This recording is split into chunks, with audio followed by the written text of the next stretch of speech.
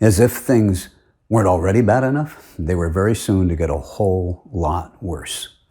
Not long after this, we began to hear about a list, which later became known as July 9th letter. In this list, we were told that Srila Prabhupada had named 11 men who would become his successor acharyas. It must have been sometime in December that I began to hear that included among those 11 were none other than the very same Rameshwar, Satsvarup, and Tamal Krishna. No, that made no sense at all.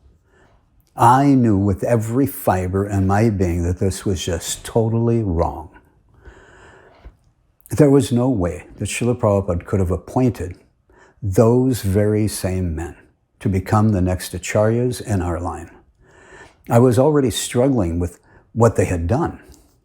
I had absolutely no doubt that had this taken place earlier when Srila Prabhupada's health was not so bad, and that a number of GBC men had met for the deliberate purpose of planning out how to prevent one of his requests from being fulfilled, and those men actually lied on such a large ISKCON worldwide scale to all of his disciples in the temples all over the world, using his name for the sole purpose of not allowing his request to be carried out, I had absolutely no doubt in my heart that Srila Prabhupada would have removed those men from their duties as GBC.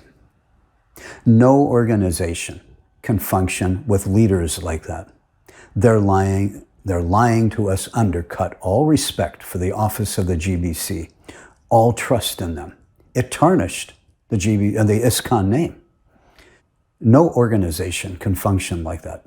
For these reasons, I knew for certain that Srila Prabhupada would have dealt very heavily with them. In my heart, I was already thinking like that, knowing they were no longer fit or qualified to occupy the post of GBC, and that Prabhupada would have relieved them of that position for what they had done.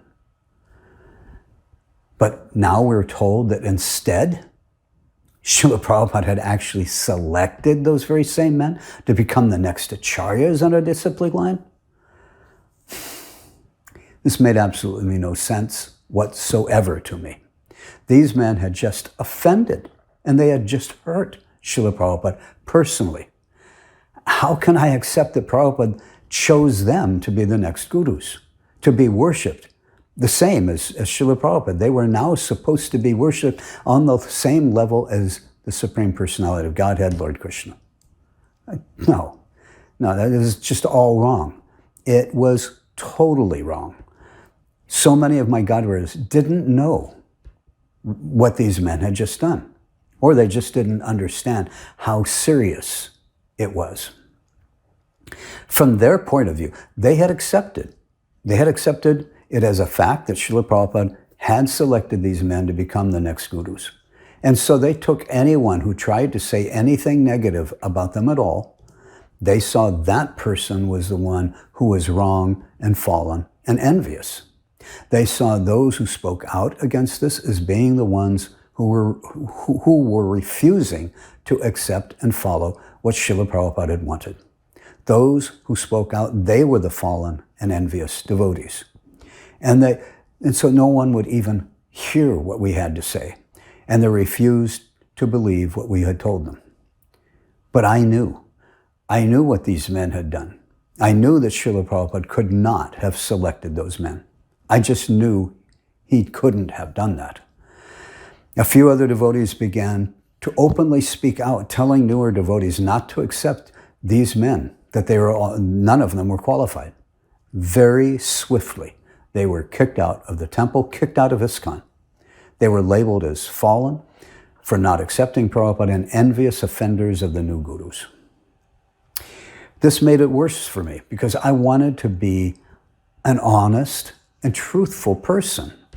I wanted to speak the honest truth. And the honest truth that I knew was that these men had just committed a major offense and were not all qualified or fit to become the next acharyas. But I felt oppressed.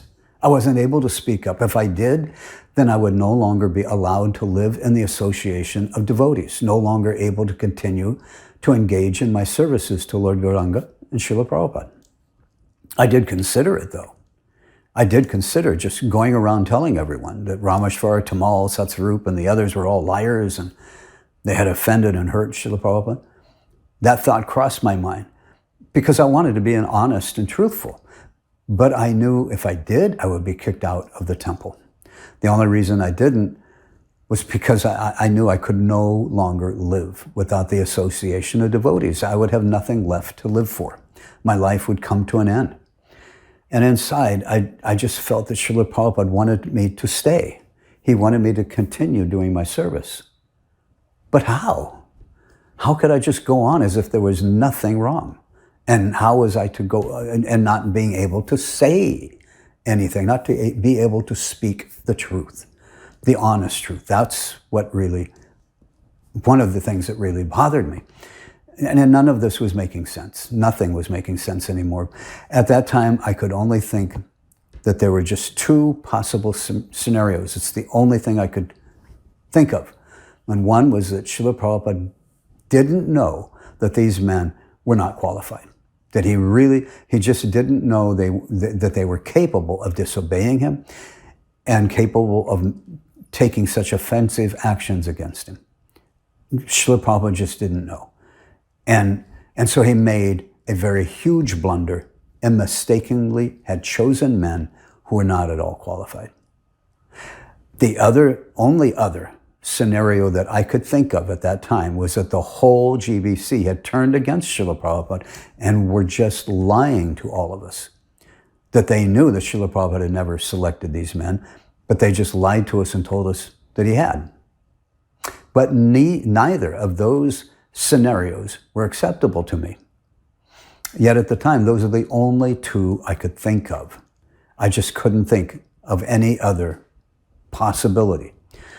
I knew Rameshwar well enough to know that he had his quirks. At times he exhibited non-Vaishnava behavior.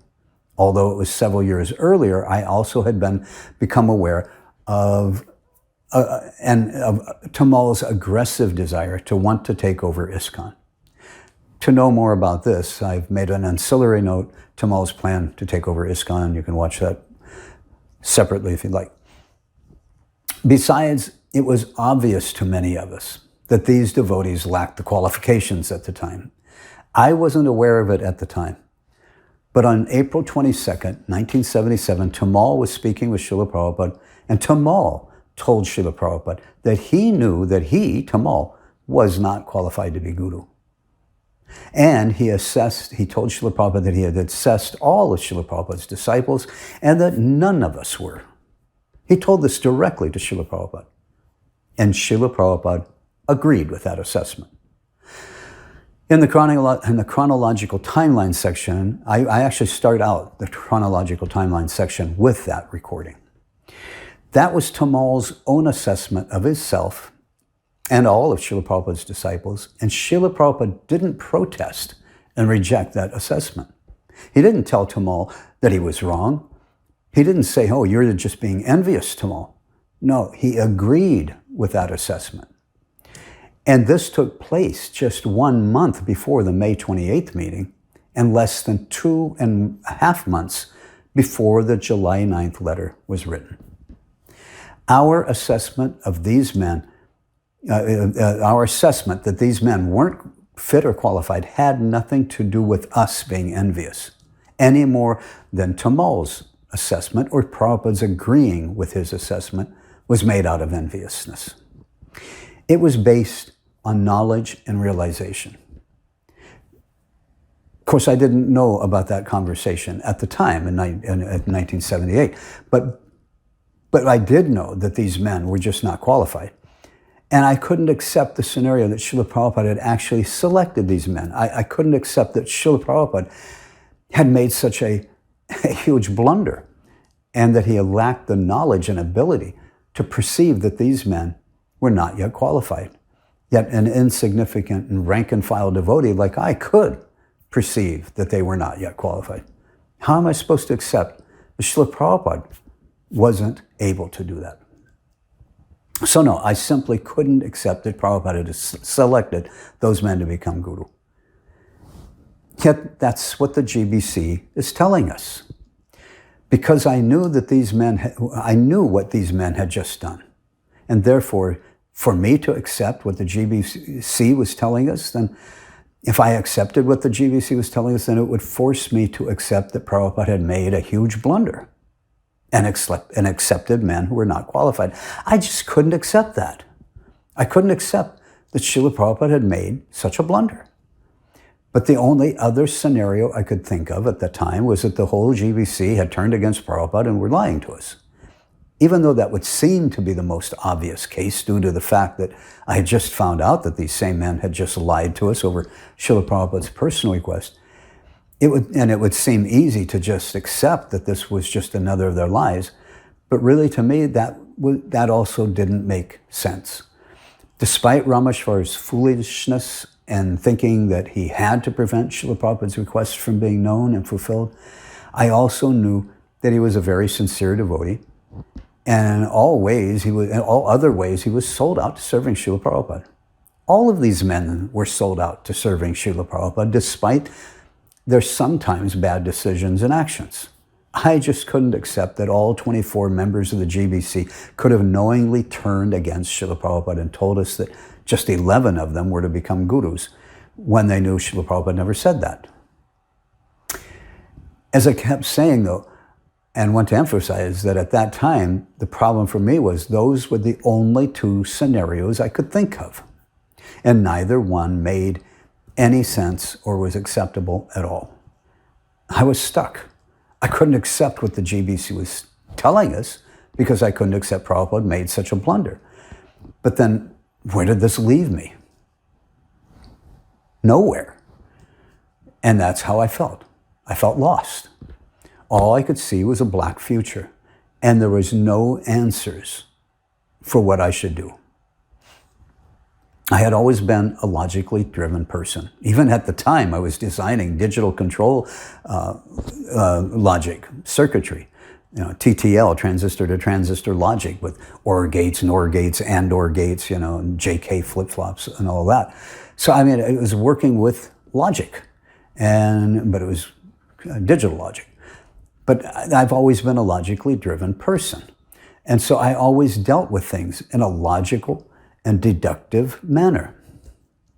But with this, due to the limited data and information we were given, nothing made any sense at all. All I knew was that what the GBC was telling us was totally wrong. But my brain was fried out, trying to figure out what was right, to the point that I wasn't able to function anymore. My life basically had just come to a stop.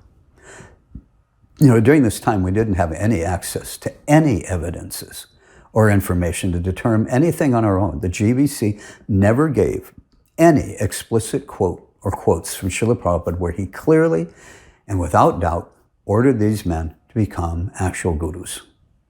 They never presented any such evidence because there were no such quotes by Srila Prabhupada. The only evidence we were given is what the GBC told us. And we were supposed to accept that without questioning them and without any supporting evidence. As I said, my mind literally fried. It was frying out because I was trying to make sense of everything. But the only two scenarios I can think of, both of them were unacceptable. So my life basically came to a standstill, trying to figure out what I should do and how to deal with this. I absolutely refused to accept that Srila Prabhupada had made such a horrendous blunder. But that meant I also had to reject what the GBC was telling us. And that meant, I had to reject the GBC as an authority. I didn't want to do that. And I didn't want to leave ISKCON. So I found myself caught between a very dark rock and a totally black, hard place. I was stuck and my life just couldn't go on any longer. Something had to give.